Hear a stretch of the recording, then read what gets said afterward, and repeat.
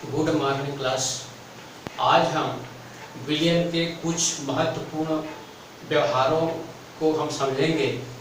इसके अंतर्गत हम लेंगे तनु विलियनों के गुणधर्म। हमें मालूम है जब कोई शुद्ध विलायक में विलय घोलने पर उसका व्यवहार बदल जाता है। अर्थात यदि हम जल में नमक घोल दें या शक्कर घोल दें या कुछ पदार्थ अलग अलग घोल दें तो उसके गुण में परिवर्तन हो जाता है।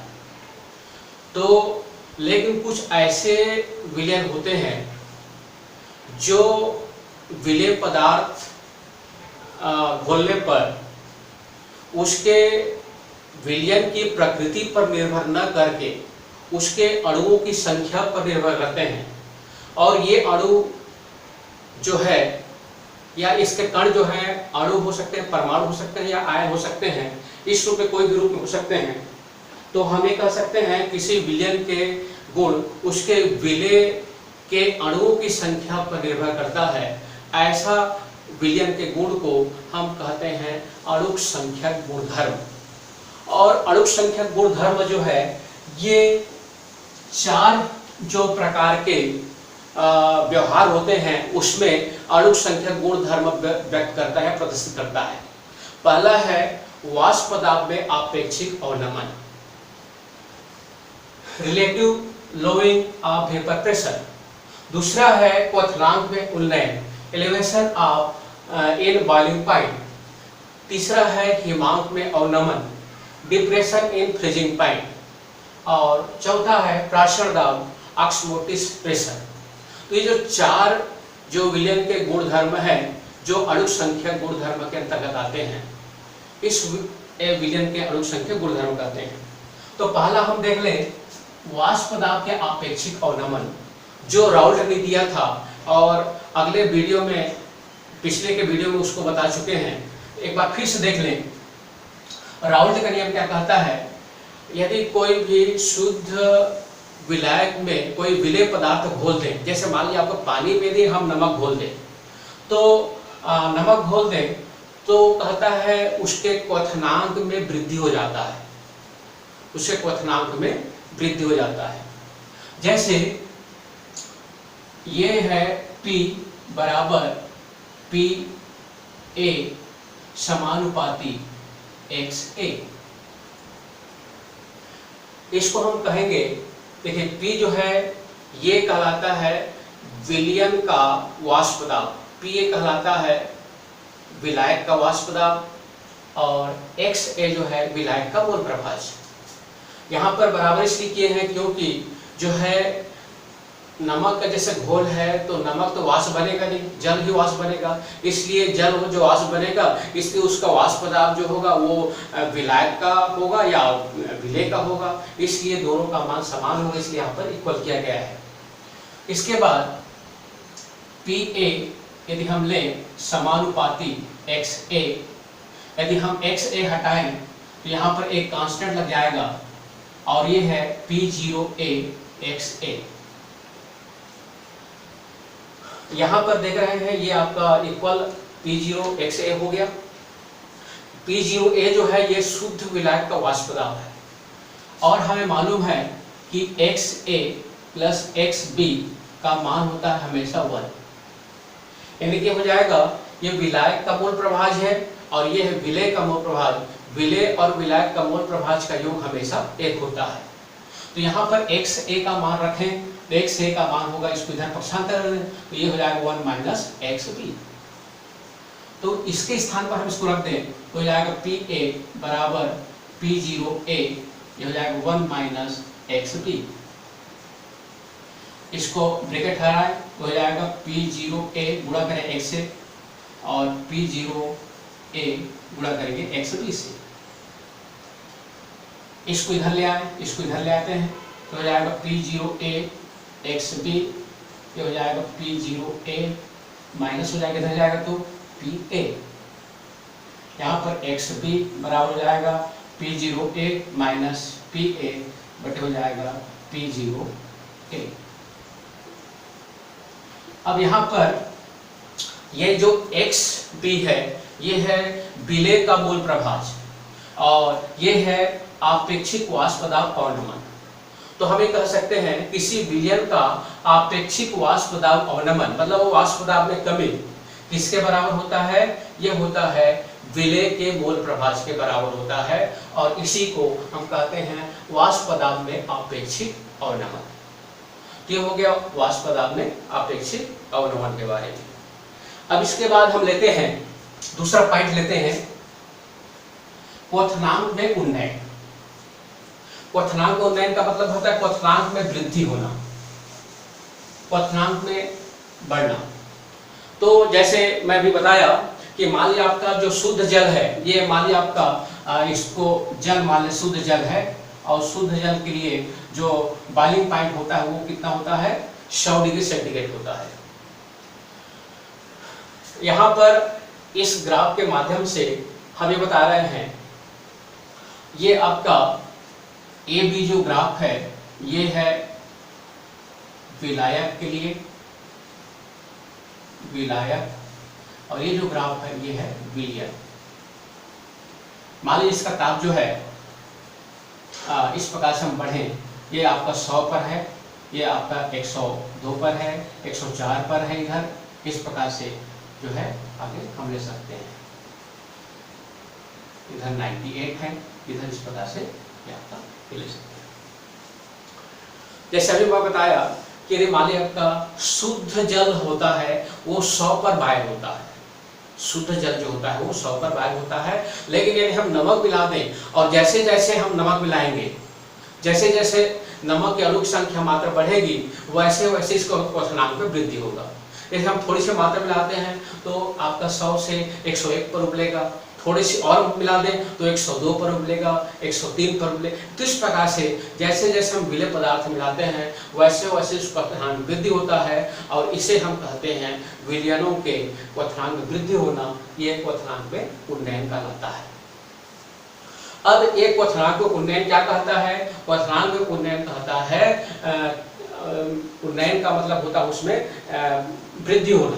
तो कितना वृद्धि हुआ? जैसे मान लिया आपका शुद्ध जल था वो 100 पर उबल रहा था, यहाँ पर टेम्परेचर लेते हो समझने के लिए, और जो विलयन है ये देख रहे हैं विलयन है वो विलयन आपका डी बिंदु पर उबल रहा है और विलायक जो है बी बिंदु पर उबल रहा है। और ये जो डॉटेड लाइन है ये वायुमंडल दाब है। जैसे मैं बताया हूँ पिछले वीडियो में, हम फिर से उसको बता रहे हैं कि किसी विलयन का क्वथनांक क्या होता है। तो विलयन का क्वथनांक वह ताप होता है जिस ताप पर विलयन का वाष्प दाब वायुमंडल दाब के बराबर पहुंच जाता है।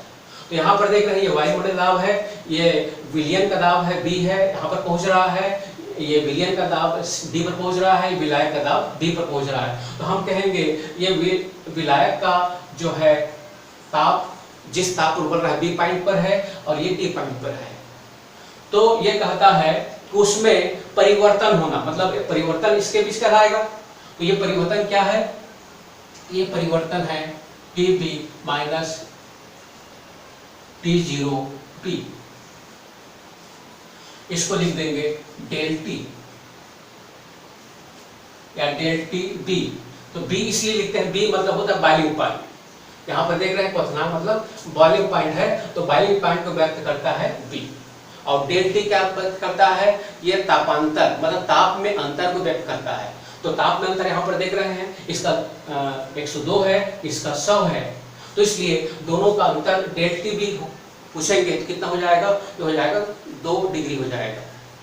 तो यहाँ पर देख रहे हैं डेल टी बी 0 लिख दिए हैं। 0 का मतलब होता है शुद्ध विलायक का वाष्प दाब, और ये जो है टीबी है ये है विलयन का वाष्प दाब। तो ये कहता है कि इसके हम दोनों के अंतर को हम पढ़ेंगे डेल टीबी और इसको हम कहेंगे क्वथनांक में उन्नयन। ये कहलाएगा क्वथनांक में उन्नयन। तो क्वथनांक में उन्नयन कहता है विलयन के मोललता के समानुपाती होता है। अब मोललता मोलरता हम पढ़ चुके हैं, और मोलरता को व्यक्त करेंगे हम किससे? स्मॉल m से, और मोलरता को व्यक्त करते हैं कैपिटल M से। तो ये हो जाएगा, यदि हम इसको आगे बढ़ाएं तो डेल टी बी बराबर हो जाएगा के बी, ये हो जाएगा m। यहाँ पर जो के बी है ये कहलाएगा क्वथनांक उन्नयन स्थिरांक, ये हो जाएगा क्वथनांक उन्नयन स्थिरांक। और टी बी क्या कहलाएगा? क्वथनांक उन्नयन। अब देखिए मोलरता क्या होता है? मोलरता मतलब होता है किसी विलियन के 1 लीटर में घुले हुए पदार्थ की मात्रा, और ये होता है m बराबर हो जाएगा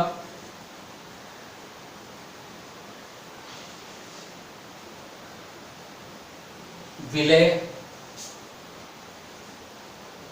की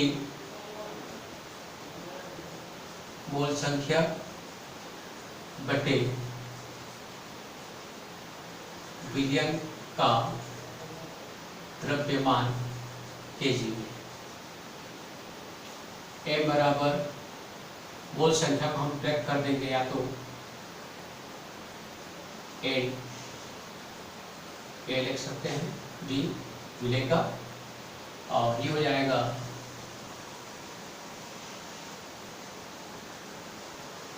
w विलय का द्रव्यमान है, विलय का द्रव्यमान ये है WA kg। अब NB का मान होता है, N बराबर होता है द्रव्यमान बटे आणविक द्रव्यमान, W बटे N, ये होता है द्रव्यमान है, द्रव्यमान, और ये होता है आणविक द्रव्यमान। तो हो जाएगा WB ले लें तो हो जाएगा MB, ये हो जाएगा WA।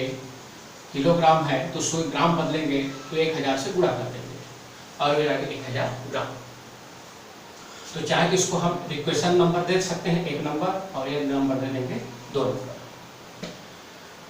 अब m का मान जो है कितना आ गया? m का मान हो गया WB गुणित 1000 WM गुणित WA।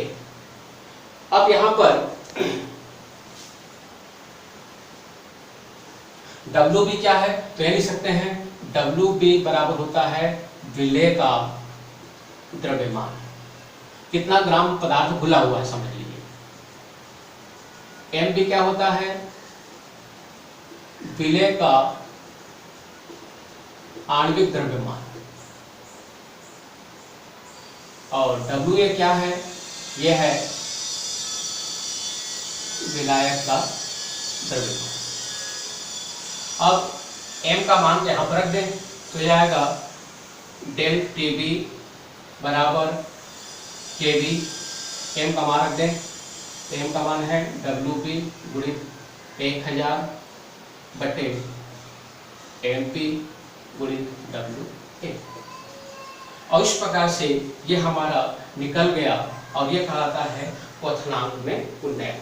तो किसी भी विलयन का क्वथनांक में उन्नयन ज्ञात करने के लिए ये फार्मूला प्राप्त होता है, डेल TB बराबर KB WB 1000 बटे MB गुणित WA। यदि हम प्रश्न पूछे कि क्वथनांक उन्नयन की सहायता से किसी भी विलय का आणविक द्रव्यमान ज्ञात कीजिए, किसी भी विलय का आणविक द्रव्यमान ज्ञात कीजिए, तो उसके लिए हम क्या करेंगे? इसको यहाँ ले आएंगे, ये हो जाएगा MB बराबर हो जाएगा KB WB 1000 बटे, ये नीचे ले आएंगे डेल TB गुणित WA, और ये प्राप्त होगा। इस फार्मूला से हम किसी भी विलय पदार्थ का आणविक द्रव्यमान का गणना कर सकते हैं।